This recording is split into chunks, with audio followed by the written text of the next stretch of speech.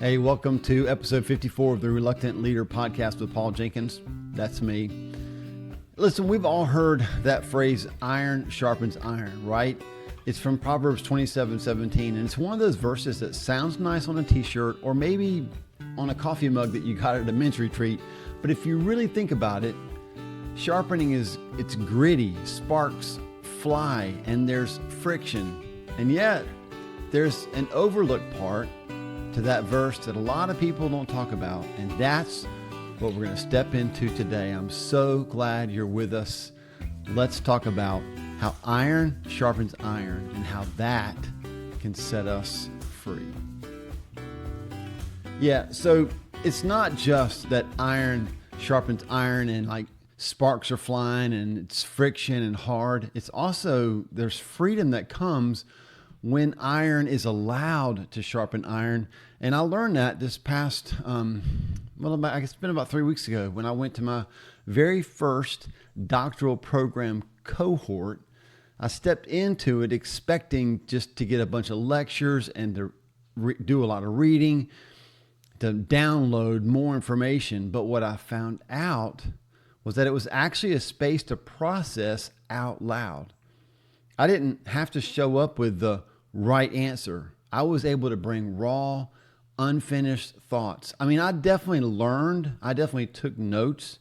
There were moments that I thought, I've never thought about it like that before. But what I learned more than any of that is that it wasn't about sharing ideas that are polished and shiny. It was more about developing ideas in real time with others. And that shift built a confidence in me so quickly. Like, I've not been the same for the 3 weeks that I've been home.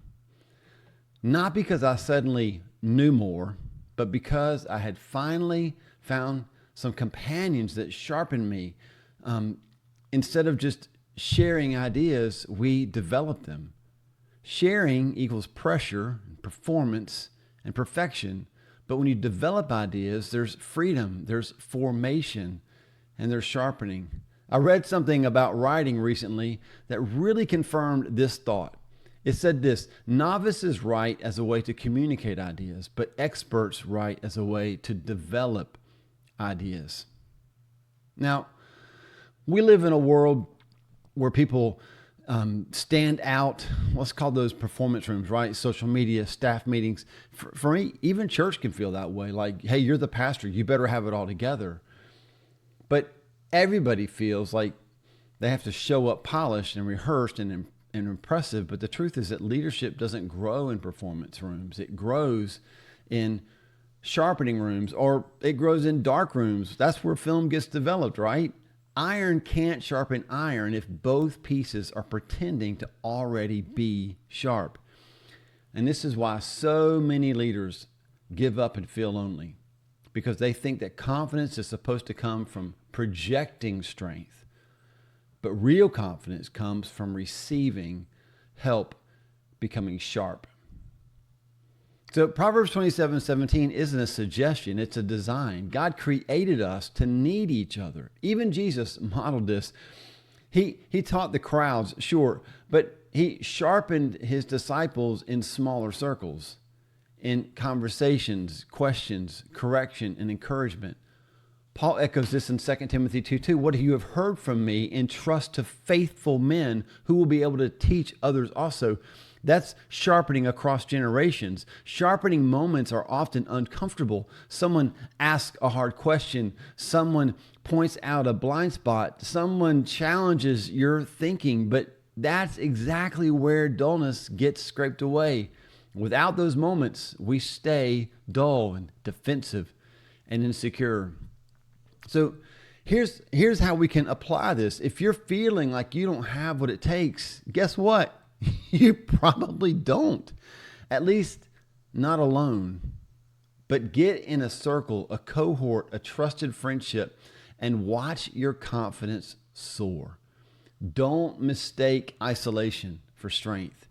Even iron left alone eventually rusts. You don't need another audience. You need a circle where you can ask messy questions, admit weakness, develop ideas, not just deliver them. Hear me too from others who say, I get that, right? Now, confidence isn't built in silence. It's built in sharpening. If you've been waiting until you have it all together to step into leadership, you'll never start. Besides that, nobody wants to follow a leader who has it all figured out. Find the room where sparks fly. Find the space where your dull edges can be sharpened. Iron sharpens iron. That's how God designed it. And if you stay in the sharpening process long enough, you'll discover that reluctant leaders don't just survive, they actually thrive. Thanks so much for being a part of this episode. I hope it's really encouraged you to think about, like, what rooms do you sit in? What circles do you sit in? If you sit in places where you are always the one who has to have an answer, you're going to struggle because you're not going to be able to say out loud things that you need to process out loud. But find that circle where you can say what you are thinking and allow others to help those thoughts be sharper than they could have been stuck up in your head. And if this has brought you value, I hope that you'll share it with somebody. I hope you'll like it. Maybe leave us a review.